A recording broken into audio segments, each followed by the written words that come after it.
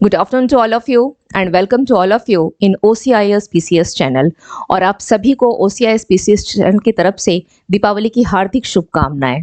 चलिए बढ़ते हैं सेशन की तरफ, देखते हैं आज की क्लास जो हमारी चल रही है वो किस पे है। मॉडर्न हिस्ट्री पे बेस्ड क्लास चल रही है, यानी इससे संबंधित कुछ टॉपिक्स जो हमारे एग्जामिनेशन दृष्टिकोण से अगर देखेंगे तो वो काफ़ी महत्वपूर्ण है, वहाँ से प्रश्न भी आते हैं। तो उसे ही ध्यान में रखते हुए हम लोग कुछ टॉपिक जो प्रीवियस देखे, जैसे साइमन कमीशन देखा, स्वराज पार्टी देखे हैं हम लोग। तो आज की क्लास जो होगी वो है हमारा नेहरू रिपोर्ट पे। आप यहाँ देख ही रहे हैं बोर्ड पे लिखा हुआ है नेहरू रिपोर्ट।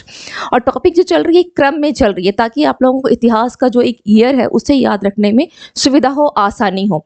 तो हम लोग देखते हैं कि नेहरू रिपोर्ट क्यों गठन किया गया, इसकी पृष्ठभूमि क्या रही, इसके पीछे क्या उद्देश्य रहे हैं, ये सफल हुआ या नहीं, से स्वीकार किया गया कि नहीं। चूंकि रिपोर्ट है तो रिपोर्ट को क्या कहते हैं, या तो स्वीकार किया जाता है या अस्वीकार किया जाता है, या इससे संबंधित किस प्रकार से प्रश्न जो है प्रीवियस एग्जाम में पूछे जा चुके हैं और आगे भविष्य में किस प्रकार से और प्रश्न इससे पूछे जा सकते हैं।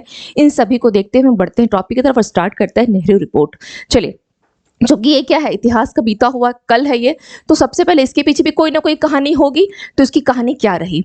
तो हम लोग टॉपिक को क्या स्ट्रैटेजी है कि टॉपिक जैसे ही टॉपिक पर आते हैं, चूंकि इतिहास है तो हमें सबसे पहले क्या याद रखना है, उसके ईयर को, किस साल की यह घटना है।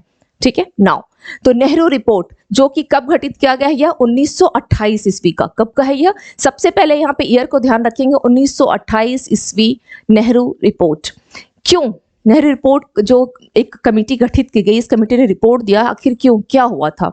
तो इससे पहले की घटना क्या थी, साइमन कमीशन। साइमन कमीशन आया था जिसे क्या किया था, भारतीयों के द्वारा प्रतिरोध किया गया। तो क्यों, क्योंकि उसमें एक भी भारतीय सदस्य नहीं थे। ये तो सबसे पहला कारण था कि एक भी भारतीय सदस्य नहीं थे, तो सभी भारतीयों ने क्या किया, उसका विरोध किया था। तो इसी के विरोध में, अब चूंकि विरोध किया गया है तो अंग्रेज जो है खुश तो होंगे ना भाई, उनका कोई कमीशन आया, आयोग आया, और भारत में किसी ने इसको स्वागत ही नहीं किया। पूरे देश में उसकी जगह जगह जगह पर आप देखेंगे विभिन्न स्थानों में हड़तालें की गई हैं, बहुत सारी ऐसी घटनाएं हुई साइमन कमीशन को लेकर। चूंकि हम लोगों ने टॉपिक में डिस्कस कर लिया तो आज हम उस टॉपिक डिस्कस नहीं करेंगे, केवल एक लाइन में कि साइमन कमीशन का विरोध हुआ, जिसके कारण उस अब विरोध हो चुका है, जिसके कारण क्या हो गया, भारत सचिव था बर्कनहेड। नाम क्या है, भारत सचिव का बर्कनहेड, ये नाम को ध्यान रखिएगा, Birkenhead. Okay, Lord Birkenhead, Bharat सचिव लॉर्ड बर्कनहेड।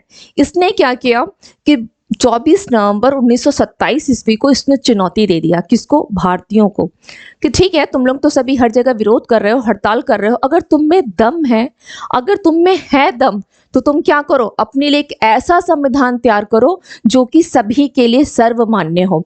क्योंकि उनको ये पता था कि इनका तो आपस में ही नहीं बनता है, ये जानते हैं। ऐसी बहुत सारी घटनाएं हो चुकी थी, जैसे आप देखेंगे 1905 का विभाजन जब से हुआ, तो इन लोगों की एक नीति जो बेस में बिल्कुल जड़ जमा के रखी थी, वो जड़ क्या था, फूट डालो और राज करो। तो ये जानते हैं कि इनका आपस में जो है कुछ ना कुछ चलता ही रहता है।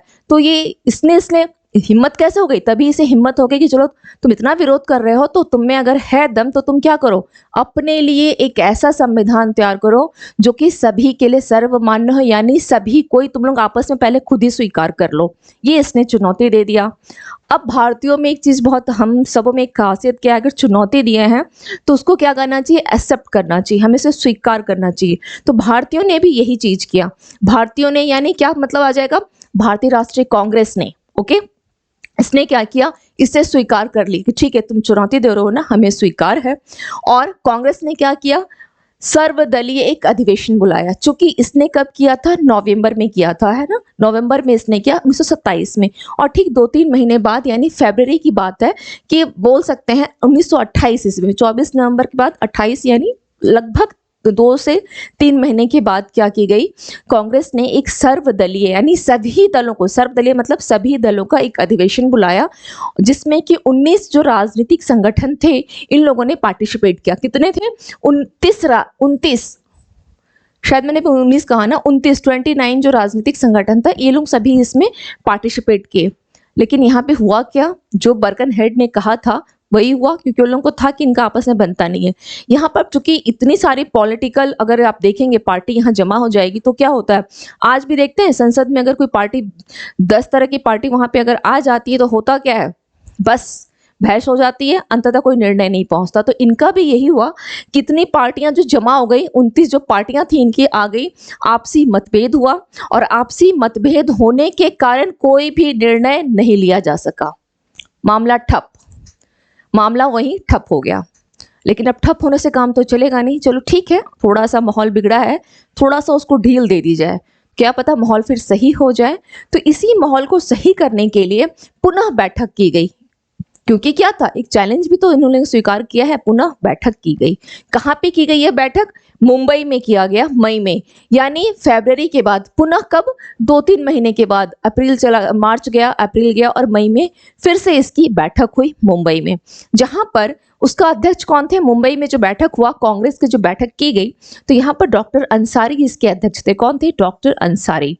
ओके, डॉक्टर अंसारी यहाँ पर अध्यक्ष रहे, डॉक्टर अंसारी। ठीक है, अब इस बैठक में बोला गया कि चलो एक कमेटी हम लोग नियुक्त कर लेते हैं। कमेटी को नियुक्त किया गया, फाइनली डिसीजन लिया गया कि हम लोग एक बैठक जो है, जो कमेटी जो है हम लोग नियुक्त करते हैं। बैठक तो ही थी, उस बैठक में कमेटी बनाने का फैसला कर लिया गया, और जो कि संविधान की क्या करेगी? रूपरेखा तैयार करेगी। क्योंकि इन लोगों का चैलेंज क्या था? एक ऐसा संविधान बनाकर दिखाओ जो कि संविधान का पूरा रूपरेखा तैयार करेगी। क्लियर? यहां तक कोई डाउट नहीं होगा आप लोगों को मोस्ट प्रोबेबली। अब इसके आगे क्या हुआ? चूंकि कहीं ना कहीं आपस में इनके बीच में तो बन नहीं रहा था, ये भी इसको याद रखना है कि आपस में इनका बन नहीं रहा है विभिन्न पार्टियां होने के कारण। लेकिन अब चूंकि समिति बनाई गई है, तो समिति में कौन कौन सदस्य थे पहले हम लोग उसको देख लेते हैं, फिर आगे देखेंगे कि इनके बीच में अंततः क्या, कहां तक ये बात पहुंचती है। तो इस समिति में, जो कि समिति बनाई गई, समिति नियुक्त की गई, इसमें टोटल 9 सदस्य थे। 9 सदस्य इस समिति में रहे। कौन कौन थे देख लेते हैं। सबसे पहले नाम आएगा किसका? मोतीलाल नेहरू, जो इस समिति के अध्यक्ष थे, यानी प्रारूप समिति के अध्यक्ष रहे। कौन थे? मोतीलाल नेहरू, ये इसके अध्यक्ष थे, ये ध्यान रखिएगा, मोतीलाल नेहरू। क्लियर? अब है जवाहरलाल नेहरू, उनका बेटा कौन थे? वो सचिव रहे। Tej Bahadur Sapru, liberal federation. N M. Joshi, labour party से। सुभाष चंद्र बोस, कांग्रेस से। एम.एम. अणे, हिंदू महासभा। और एम.आर. जयकर, ये पहले तो इसमें थे हिंदू महासभा में, बाद में इन्होंने अपना नाम यहाँ से वापस ले लिया, बाद में लिया है, यहाँ नहीं लिया। तो आपको क्या करना है, इस 9 जो मेंबर्स हैं उसको भी ध्यान रखना है कि किस पार्टी से हैं। ठीक है, ये ध्यान रखना है। अब बात आती है, चूंकि 9 सदस्य हैं, तो कुछ और सदस्य जैसे अली इमाम हो गए मुस्लिम लीग से, शोएब कुरैशी मुस्लिम लीग से, मंगल सिंह सिंध सिख से हो गए, जेपी प्रधान गैर ब्राह्मण। अब इन लोगों ने मिलकर क्या किया? आप यहाँ पे एक चीज नोटिस की आप लोगों ने कि ये सभी के सभी विभिन्न पार्टियों से हैं, है ना, विभिन्न पार्टियों से हैं, विभिन्न राजनीतिक दलों से हैं। इसको जरूर ध्यान रखिएगा। नेहरू रिपोर्ट इसलिए समझ में नहीं आती है, बहुत आसान है नेहरू रिपोर्ट को ध्यान रखना, कि इसमें विभिन्न राजनीतिक दल थे, विभिन्न संप्रदाय के लोग होने के कारण क्या आपसी मतभेद इनका रहा, कोई डिसीजन नहीं ले पाया। यहाँ भी यही हुआ कि कमेटी तो बन गई, इस कमेटी ने क्या 9 सदस्यों का कमेटी बना, और आप देख ही रहे हैं कि सब अलग अलग है, कोई गैर ब्राह्मण, कोई सिख, कोई मुस्लिम लीग से है, और है ना, कोई लेबर पार्टी से, कोई कांग्रेस से है, तो कोई हिंदू महासभा से है। तो पूरी की पूरी जो है डिफरेंट डिफरेंट पार्टियों से लिए गए हैं। इसने क्या किया, जब रिपोर्ट जो है, इस रिपोर्ट का प्रारूप किसने तैयार किया था? ये क्वेश्चन आपके एग्जाम में पूछता है कि इस रिपोर्ट का प्रारूप मोतीलाल नेहरू और तेज बहादुर सप्रू, इन दोनों ने इस रिपोर्ट का प्रारूप को तैयार किया था। क्योंकि अब नेहरू रिपोर्ट का अध्यक्ष अगर बोला जाए कौन है, तो इस समिति का अध्यक्ष कौन है? मोतीलाल नेहरू। इसको ध्यान रखिएगा, तेज बहादुर सप्रू करके मत आ जाइएगा। क्लियर? नाउ, तो इन्होंने क्या किया, लेकिन इसको जब ये मोतीलाल नेहरू प्रारूप दोनों ने मिलकर तैयार किया गया है, तो इसको नेहरू रिपोर्ट क्यों बोला जाता है? क्योंकि इसको जो लेखन का कार्य है वो किसने किया था? मोतीलाल नेहरू ने किया था। लेखन का कार्य मोतीलाल नेहरू के द्वारा किया गया, इसलिए इस रिपोर्ट को नेहरू रिपोर्ट बोला गया। इसलिए इस रिपोर्ट को नेहरू रिपोर्ट बोला गया। क्लियर? नेहरू रिपोर्ट बोलने का कारण क्या है? ठीक है, प्रारूप तैयार किया है मोतीलाल नेहरू और तेज बहादुर सप्रू ने, लेकिन लेखन का कार्य मोतीलाल नेहरू के करने के कारण इस रिपोर्ट को नेहरू रिपोर्ट बोला गया। क्लियर? अब बात आती है, चूंकि नेहरू रिपोर्ट यहां तक हो गया, रिपोर्ट बन गई, तो इस रिपोर्ट को प्रस्तुत कब किया गया? प्रस्तुत किया गया 10 अगस्त 1928 ईस्वी में रिपोर्ट को प्रस्तुत कर दिया गया।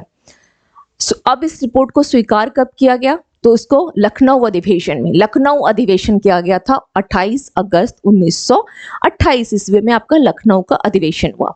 यानी ये पूरी कहानी जो कब से चल रही है? पूरी 1928 से चल रही है ना।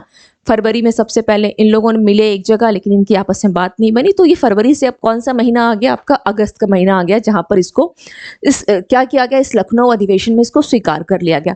लेकिन ये एट द सेम टाइम यानी एट द पॉइंट लखनऊ अधिवेशन में स्वीकार किया गया, लेकिन बाद में फिर क्या होता है, इनके बीच में जो वक्तव्य है यानी कि इनके जो विचार है वो नहीं मिल पाए, बाद में इनके बीच में विचार ये नहीं मिल पाया, इसको ध्यान रखना है। तो कहने का मतलब ये है कि रिपोर्ट बनी, इसको उस समय एट द स्पॉट यानी लखनऊ अधिवेशन में इसको स्वीकार किया गया, लेकिन बाद में यह क्या हो गया, इनके वक्तव्य नहीं मिल पाने के कारण इसको रिपोर्ट को अस्वीकार कर दिया गया, या क्या हो गया अब आगे हम देखते हैं। अब रिपोर्ट का क्या था, चूंकि रिपोर्ट बात इस लाइन को बस बाद में ध्यान रखिएगा, क्योंकि ऐसा जो हुआ है बाद में इसको स्वीकार नहीं किया गया, ठीक है, ये बाद की कहानी है। हमें अभी क्या देखना है कि लखनऊ अधिवेशन में जब इसको स्वीकार किया गया था तो इस रिपोर्ट में ऐसा क्या क्या था और ऐसा क्या नहीं था जिसके कारण बाद में इनके विचार जो है नहीं मिल पाए। ओके, ये जो लाइन है इसको देखना है कि ऐसा क्या हुआ था इस रिपोर्ट में, ऐसा क्या था जो इसके विचार जो है इनके विचार आपस में नहीं मिल पाए। चलिए रिपोर्ट में देख लेते हैं क्या क्या दिया गया है।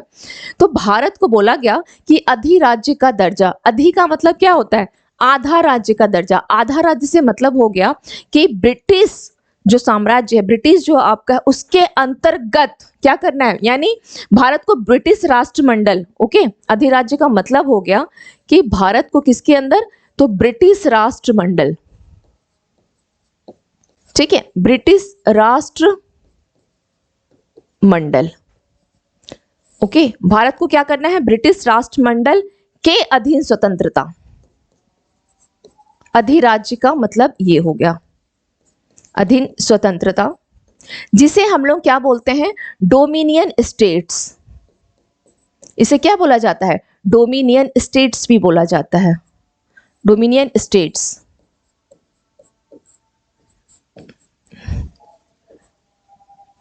डोमिनियन स्टेट्स, चलिए यहाँ पे डोमिनियन स्टेट्स भी बोला गया, ठीक है, अधिराज्य या डोमिनियन स्टेट्स या ब्रिटिश राष्ट्रमंडल के अधीन स्वतंत्रता। क्लियर। नाउ ये फर्स्ट इस रिपोर्ट में जो मुख्य बातें थी वो पहला तो ये था कि भारत को अधिराज्य का दर्जा, वेरी वेरी इंपॉर्टेंट, ये वर्ड बहुत इंपॉर्टेंट है, ठीक है। अब दूसरा क्या बोला गया कि भारत क्या होगा, एक संघ होगा जिसके अधीन केंद्र में द्विसदनीय विधानमंडल होगा, ठीक है, और इसका इस द्विसदन विधानमंडल का, ये जो द्विसदन विधानमंडल है इसका उत्तरदायी किसके पास होगा, तो मंत्रिमंडल इसका उत्तरदायी होगा, मंत्रिमंडल। क्लियर। नाउ अब नेक्स्ट इस रिपोर्ट में क्या कहा गया, नेक्स्ट क्या क्या गया, और भी क्या क्या बातें थी। प्रांतों में द्वैत शासन को समाप्त कर दिया गया जाएगा, सांप्रदायिक निर्वाचन पद्धति समाप्त, नागरिकता की परिभाषा को जो है, नागरिकता की जो परिभाषा डेफिनेशन दिया गया, और उसके साथ ही 19 मूल अधिकारों को भी यहाँ पर प्रतिपादित किया गया। नाउ सर्वोच्च न्यायालय की स्थापना की जाएगी जिसका अधिकार किसको होगा, संसद के पास होगा। क्लियर। सार्वभौम वयस्क मताधिकार यानी 21 साल के जो बोल सकते हैं युवक होंगे उनको क्या दिया गया, मत का अधिकार दिया गया। सिंध को बोला गया कि बंबई प्रांत से अलग एक प्रांत बनाया जाए, सिंध को बंबई प्रांत से अलग करके। और लास्ट में था भाषाई आधार पर प्रांतों का गठन किया जाना चाहिए। किस आधार पर, तो भाषा के आधार पर प्रांतों का गठन किया जाना चाहिए, ठीक है। तो ये कुछ बातें जो है नेहरू रिपोर्ट में की गई। आपको इसमें से ऐसा लग रहा है जो अधिराज्य की मांग थी, आधा राज्य की मांग, कहीं भी आपको इन सभी पॉइंट्स में कहीं भी लगा कि पूर्ण स्वतंत्रता की मांग की गई हो? नहीं, क्योंकि यहाँ तो आप ऑलरेडी देख रहे हैं कि यहाँ पे अधिराज्य की मांग की गई है, पूर्ण स्वतंत्रता की मांग तो कहीं की ही नहीं गई, ठीक है। इसको ध्यान रखिएगा, इसलिए मैंने कहा कि कहीं भी आपको एक ऐसा पॉइंट मिला, नहीं मिला।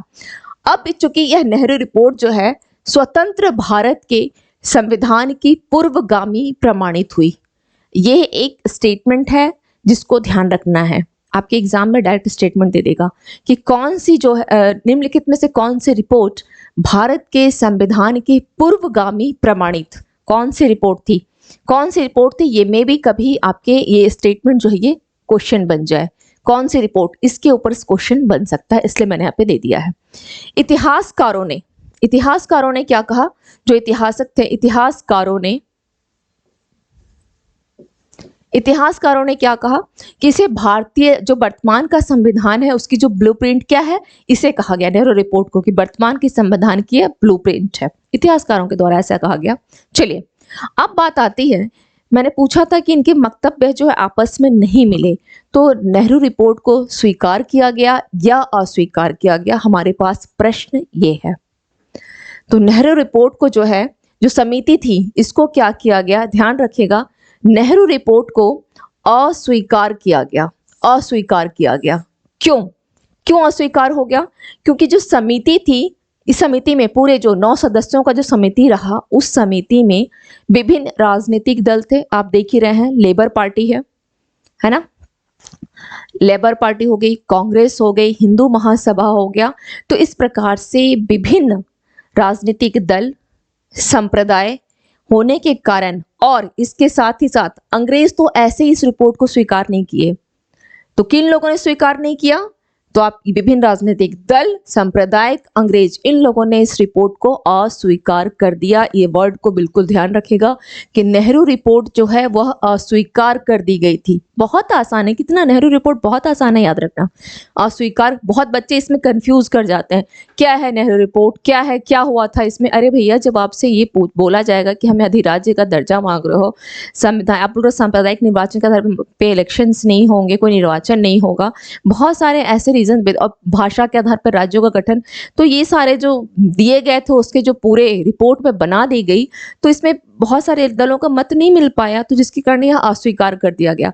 ये तो चलो अंग्रेज तो करेंगे ही, ये तो समझ में आता है, विभिन्न पार्टियां थी, उनके भी मत नहीं मिले। यहाँ तक कि कांग्रेस के जो युवा नेता थे, युवा नेता जैसे जवाहरलाल नेहरू, उस समय तो युवा ही थे, उन्होंने भी इस रिपोर्ट को अस्वीकार कर दिया था। क्यों? अगर बात की जाए कि नेहरू जी ने इस रिपोर्ट को अस्वीकार किया, तो क्यों? क्योंकि इसमें पूर्ण स्वतंत्रता की मांग नहीं की थी, और ये आपके एग्जाम का सवाल बनता है, क्योंकि इसमें पूर्ण स्वतंत्रता की मांग जो है वह नहीं की गई थी, नहीं की गई थी पूर्ण स्वतंत्रता की मांग। जबकि पूर्ण स्वतंत्रता की मांग तो 1927 ईस्वी में मद्रास अधिवेशन में ही उसको एक लक्ष्य मान करके उसका लक्ष्य को निर्धारित कर दिया गया था 1927 ईस्वी में। और जब आप कमेटी बना रहे हो 1928 में, तो क्यों नहीं मांग रहे हो पूर्ण स्वतंत्रता, जब हमारे 1 साल पहले जब मांगा जा चुका है, एक लक्ष्य निर्धारित किया जा चुका है। इसके कारण नाराज हो गए। कौन कौन नाराज हो गए? तो जवाहरलाल नेहरू, सुभाष चंद्र बोस, दोनों नाराज हो गए और बोले कि चलो हटो यहां से, निकलो, और क्या करना है। नवंबर 1928 ईस्वी में all India independence league, all India independence league AIIL का इन्होंने गठन कर डाला, गठन कर डाला AIIL का। क्लियर? Any doubt? नाउ आपके एग्जाम में बिल्कुल पॉइंट टू पॉइंट क्वेश्चन पूछता है। अब बात आती है आखिर इस रिपोर्ट को लेकर के फाइनली जो निष्कर्ष निकलता है कि यह रिपोर्ट कैसा था, धार्मिक और राष्ट्रीय दोनों विचारों से ये परिपूर्ण था। राष्ट्रीय राजनीतिक गुत्थी को सुलझाने में भी ये समर्थ था, समर्थ था। इसके बावजूद क्या हो गया, विभिन्न दलों ने निहित अपने स्वार्थ के कारण, विभिन्न दलों में निहित था अपना स्वार्थ, जिसके कारण यह क्या हो गया, असफल हो गया। कोई पार्टी कुछ चाहती थी, कोई पार्टी कुछ चाहती थी, जिसके कारण यह फाइनली क्या हुआ, असफल हो गया, असफल हो गया। क्लियर? असफल हो गया। और इस रिपोर्ट के प्रत्युत्तर में ही मोहम्मद अली जिन्ना ने क्या किया, 14 सूत्री फॉर्मूला, 14 सूत्री फॉर्मूला, जब नेहरू रिपोर्ट आई, वो भी एक रिपोर्ट थी जिसमें उसमें भी कुछ रिपोर्ट में कहा गया, कुछ बातें कही गई। तो मोहम्मद अली जिन्ना, इनका क्या मांग था कि हमें, क्योंकि हर किसी के अपने अपने निहित, क्यों रिपोर्ट ये विफल हो गया, क्योंकि इनका अपना निहित स्वार्थ था। कैसे? अगर हम बात करें मोहम्मद अली जिन्ना की, तो ये क्या चाहते थे कि केंद्र के विधानमंडल में मुस्लिम लीग को अधिक यानी 1/3 सीट का प्रावधान हो जाए, ये इनकी मांग थी। पूरा नहीं हुआ, ये यहां से हट गए, और ये हट करके क्या किए, इसी नेहरू रिपोर्ट को किसके जवाब किया, नेहरू रिपोर्ट के जवाब में ही, प्रत्युत्तर में ही इन्होंने 14 सूत्री फॉर्मूला इन्होंने दे दिया, जिसकी डिस्कशन हम नेक्स्ट क्लास में करेंगे। यहां तक समझ में आ गया। फाइनली क्या हुआ, नेहरू रिपोर्ट अस्वीकार कर दिया गया। नेहरू रिपोर्ट किसका जवाब था, साइमन कमीशन का जवाब था नेहरू रिपोर्ट, और नेहरू रिपोर्ट का जवाब था जिन्ना का 14 सूत्री फॉर्मूला। दिमाग में बिल्कुल बैठा लीजिएगा, कभी भी ये मिस्टेक नहीं होगा, कभी भी मिस्टेक नहीं होगा। ओके, नाउ अब हम लोग देखते हैं, चूंकि टॉपिक हमारी तो समाप्त हो गई, लेकिन इस टॉपिक से किस प्रकार से जो प्रश्न बन सकते हैं वो देख लेते हैं।